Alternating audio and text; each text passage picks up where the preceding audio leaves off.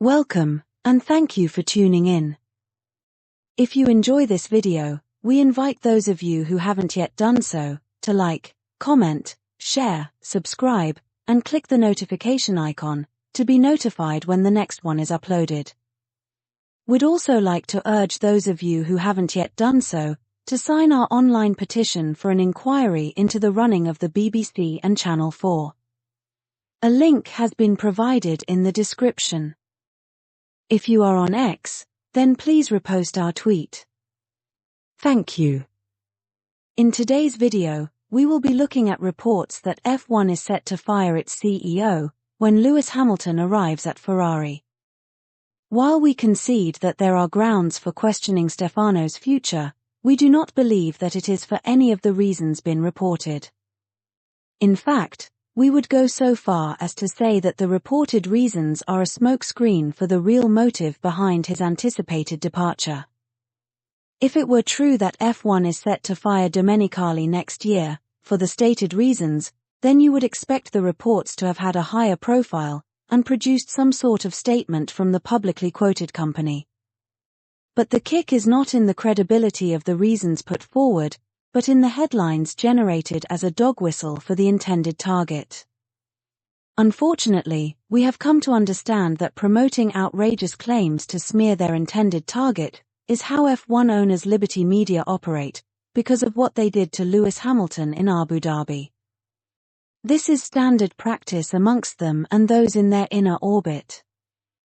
For example, as we showed you in our previous video, this is what Toto Wolff and Mercedes have been doing to Sir Lewis, long before we caught on to their treachery, but markedly after the Ferrari transfer was announced.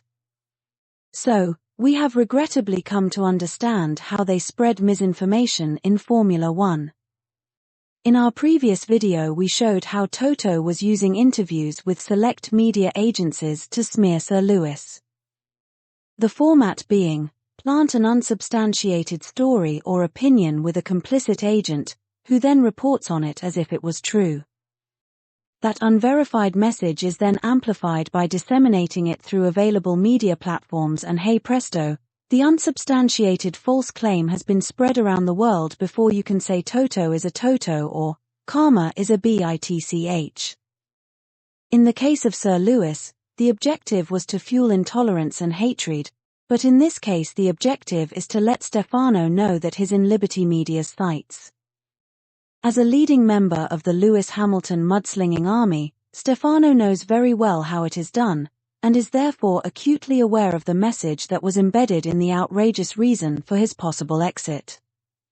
The reason may not be as outrageous as Marcy been entitled to rig a race, but the motive is as clear.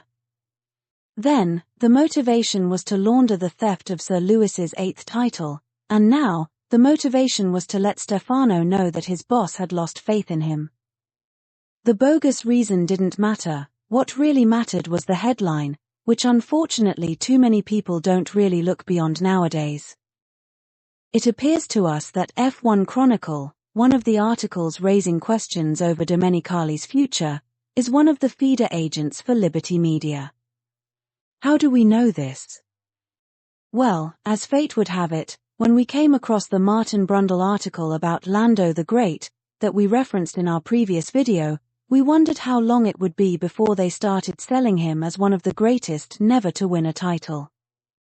We thought it would at least take up till the conclusion of the Austin weekend, but alas, when we fired up the internet today, we came across this article on the MSN homepage.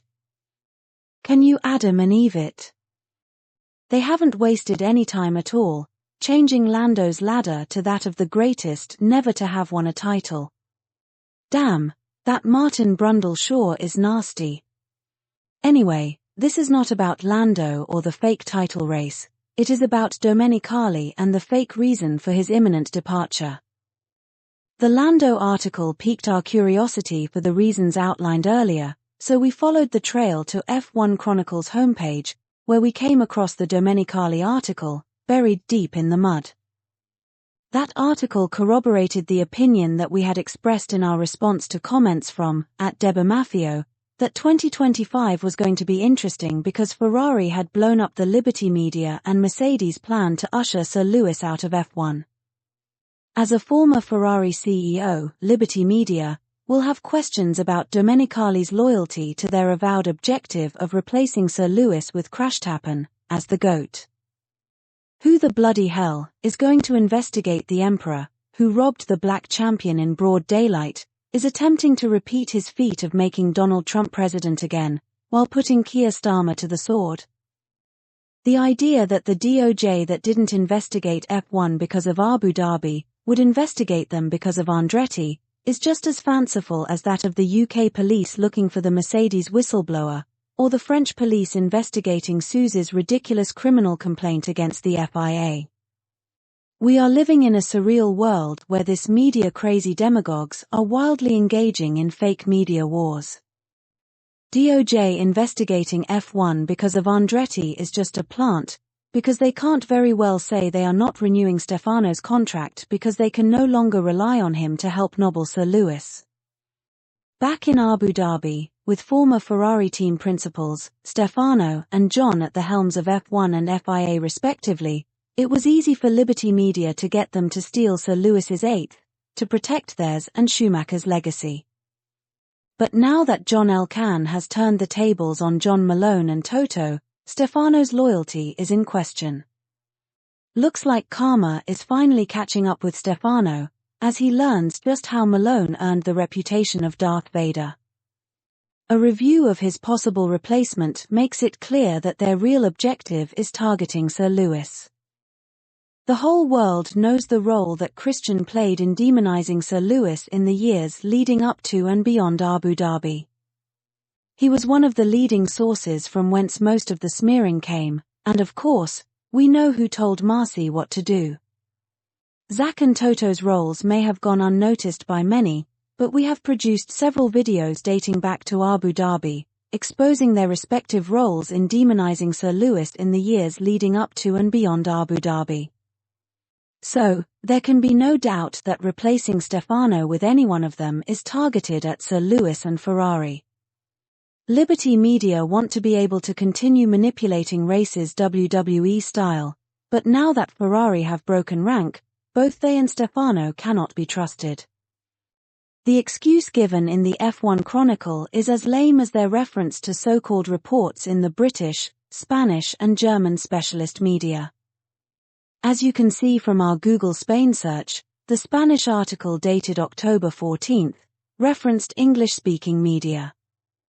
And all the English-speaking media that came up on the search page were dated from October 15th, so what English-speaking media could the Spanish article have been referring to?